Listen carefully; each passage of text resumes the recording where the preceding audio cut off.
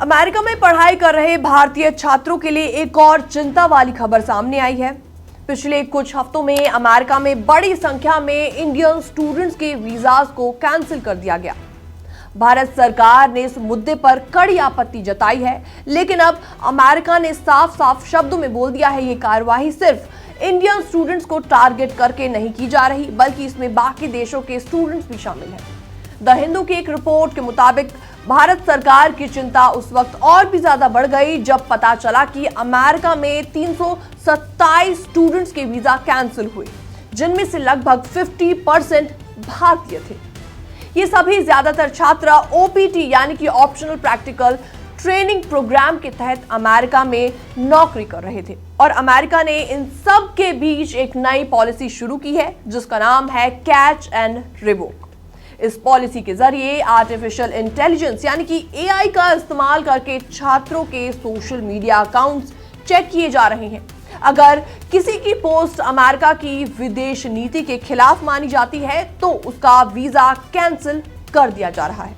और इतना ही नहीं, कई स्टूडेंट्स को सिर्फ माइनर ट्रैफिक वायलेशन या पुलिस रिकॉर्ड में नाम आने की वजह से भी डिपोर्टेशन की चेतावनी मिल गई है।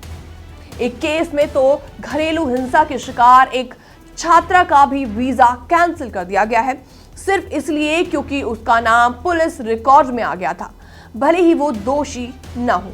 ऐसे में भारत सरकार ने इस मामले को गंभीरता से लिया। विदेश मंत्रालय के प्रवक्ता रणधीर जायसवाल ने कहा कि सरकार छात्रों के संपर्क में है और अमेरिका में भारतीय एम्बेसी और कॉन्सुलेट उन्हें हर संभव मदद दे रही है। और इसी बीच 4 भारतीय छात्रों ने अमेरिका के डिपार्टमेंट ऑफ होमलैंड सिक्योरिटी पर केस भी दर्ज कर दिया है, जिसमें कहा गया है कि उनका वीजा बिना किसी नोटिस के, बिना किसी जानकारी के रद्द कर दिया गया है। कांग्रेस नेता जयराम रमेश ने भी इस मुद्दे को गंभीर बताया और विदेश मंत्री एस जयशंकर से आग्रह किया कि वो इसे अमेरिका के सामने मजबूती से उठाएं। इसके अलावा आपको बता दें कि इस वक्त अमेरिका में 3.3 लाख से ज्यादा इंडियन स्टूडेंट्स पढ़ाई कर रहे हैं, जो सभी इंटरनेशनल स्टूडेंट्स का 29% है। ये वाकई काफी ज्यादा बड़ा आंकड़ा है। ये आंकड़ा चीन से भी ज्यादा है। फिलहाल ये बड़ा सवाल है कि अगर एआई की वजह से बिना ठोस सबूतों के वीजा रद्द किए जा रहे हैं तो क्या ये छात्रों के करियर और उनके फ्यूचर के साथ खिलवाड़ नहीं है?